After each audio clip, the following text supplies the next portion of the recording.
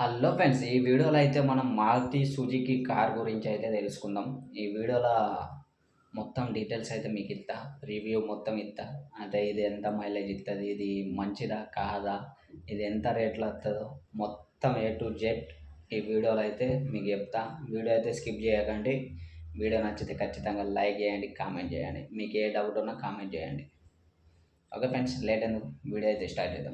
Maruti Suzuki కార్ల plus పాయింట్లు తెలుసుకుందాం. అద్భుతమైన మైలేజ్ అయితే ఇస్తుంది. భారత వినియోగదారులు మారుతిని ఇష్టపడడం కేవలం కారణం మైలేజ్ మంచి ఇస్తుందని. స్విఫ్ట్, రిజర్ లేదా సెరెరియా వంటి కార్లు లీటర్కి 22 నుంచి 25 దాకా మైలేజ్ అయితే ఇస్తుంది. 22 కిలోమీటర్ల నుంచి 25 కిలోమీటర్ల దాకా మైలేజ్ అయితే ఇస్తుంది.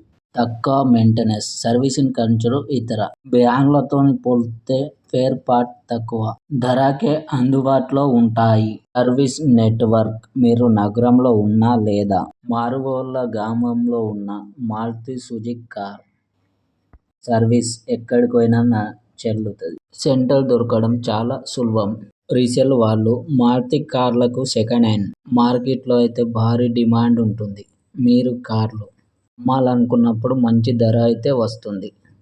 మొత్తంగా అయితే ఓవరాల్గా నేను చెప్పింది మీకు అర్థం కాలేదని నేను అనుకుంటున్నా. ఎందుకంటే తలకాయ గోక్కుంటారు కదా మీరు, అందుకే డీటెయిల్గా చెప్తున్నా. ఇది కార్ అయితే మారుతి సుజుకి కార్ మస్తు ఉంది. మైలేజ్ కూడా మంచిగా ఇస్తుంది. ఇంజన్ కూడా కండిషన్ ఉంటుంది. దీని సర్వీస్ అనేది ఏ మూలకు పోయినా ఉంటుంది, ఎక్కడైనా అందుబాటులో ఉంటుంది.